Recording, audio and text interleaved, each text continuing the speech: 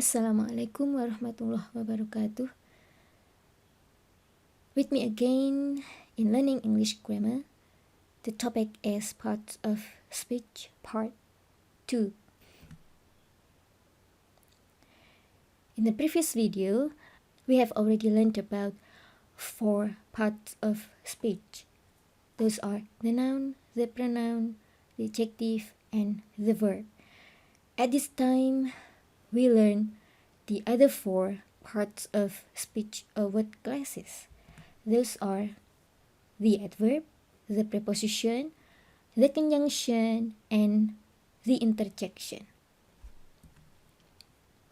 The first one is the adverb. The adverb, the fifth part of speech, modifies, in this case qualifies or limits the verb, adjectives, or other adverbs.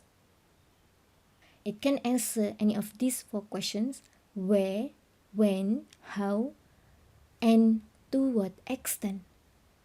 In modifying the verb, have a look at the examples. Henry swam brilliantly. Brilliantly is an adverb modifying a verb swam. This sentence answers the question, how did Henry swim? The runner fell down. In this case, down is an adverb. This sentence answers the question, where did the runner fall? And then the second one, modifying adjective. Have a look at the examples. The day was almost perfect. This sentence has an adjective perfect, which is modified by an adverb almost. Almost modifies an adjective perfect. This sentence answers the question, to what extent was the day perfect? The second example, some other people were quite happy with the proposal. There is an adverb quite. This adverb modifies an adjective happy, and it answers the question, how happy were they? And then the last one, modifying adverb. Have a look at the example. The architect worked quite methodically. Methodically is an adverb modifying another adverb, that is quite. Quite is also an adverb which is modified by another adverb, methodically. And this sentence answers the question, how methodically did the architect work? Okay, though many adverbs end with ly, these 33 adverbs below do not. The examples are again, always, just, nowhere, seldom, soon, very, almost, away, later, often, so, then, yesterday, alone, even, never, perhaps, sometimes, there, yet, already, ever, not quite, somewhat, today, also, here, now, rather, somewhere, and to. So those adverbs are not with ly ending. We come to the preposition. The preposition, the sixth part of speech, is a word that shows the relationship between a noun or a pronoun or another word in a sentence. Have a look at the example. Molly walked into her aunt's house. Into, in this case, is a preposition connecting between walked and house. My mom exercises quietly in the morning. In is a preposition which connects the idea of exercises and morning. My mom exercises quietly in the morning. In this case, in function as a preposition connecting between the idea of exercises and morning. The professor placed the book underneath the large desk. Underneath is a preposition connecting between the idea of placed and desk. So the point is, a preposition is a word that shows the relationship between a noun, a pronoun, and another word in a sentence. Without the preposition, it will be meaningless. Like Molly walked into her aunt's house without the word into, it will be meaningless. Like Molly walked her aunt's house. So what? It is meaningless. With the preposition, the meaning will be meaningful.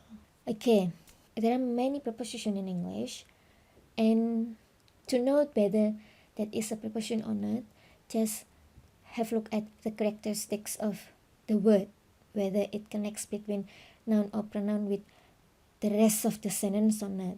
If it does, it is a preposition. You do not need to memorize all of those. Just try to find out the characteristics of a preposition. Those prepositions are aboard, after, around, behind, besides, by, during, in, near, onto, over, throughout, under, upon, about, against, and so on and so on. There are many. You can read yourselves. Okay, still about the preposition. There is a compound preposition which has the same function as the regular one-word preposition, but it contains more than one word. Have a look at the example. According to, aside from, in back of, instead of, out of, ahead of, because of, in front of, in view of, prior to, apart from, by means of, in place of, next to, as of, in addition to, in spite of, an account of.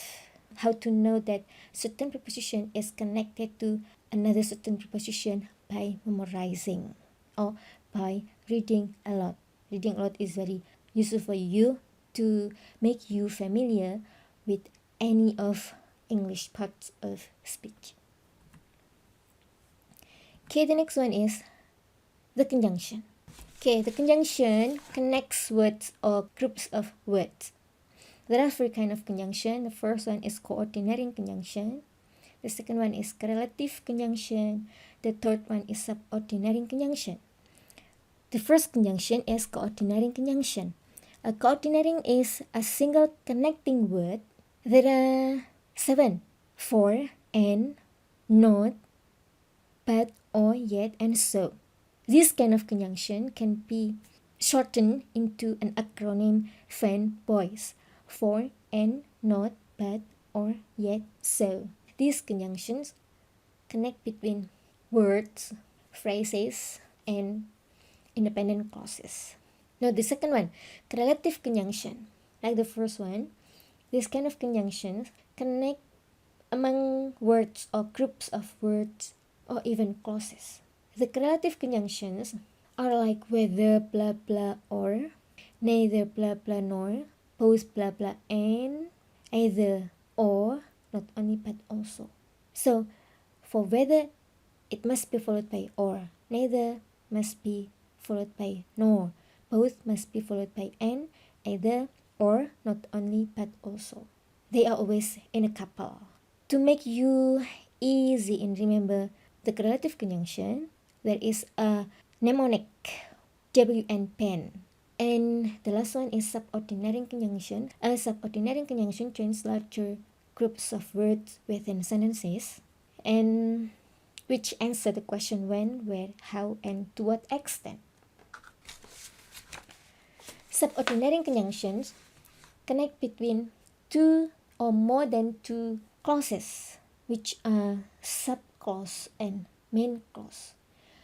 At least there is one main clause and one sub. For main clause, there must be only one main clause, and there can be more than one subclauses. Still about the conjunction, that is subordinating conjunction.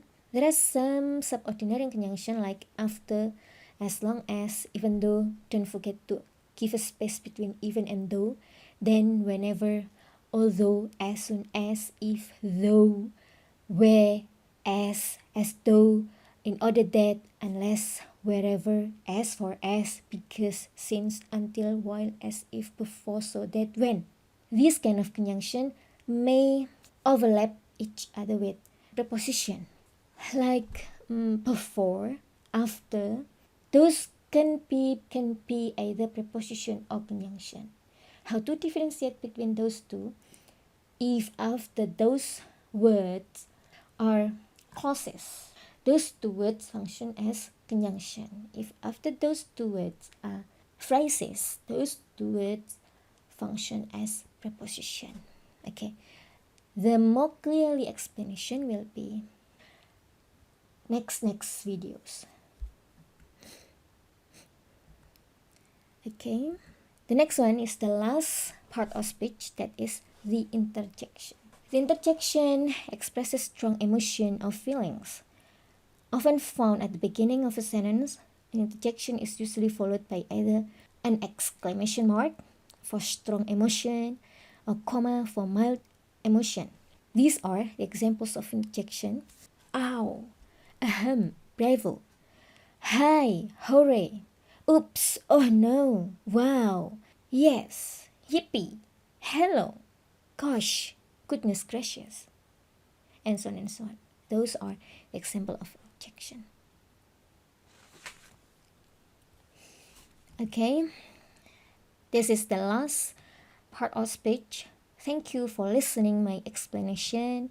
Stay safe and healthy at home, and wait for the next video with a different topic. Thank you for all. Wassalamualaikum warahmatullahi wabarakatuh.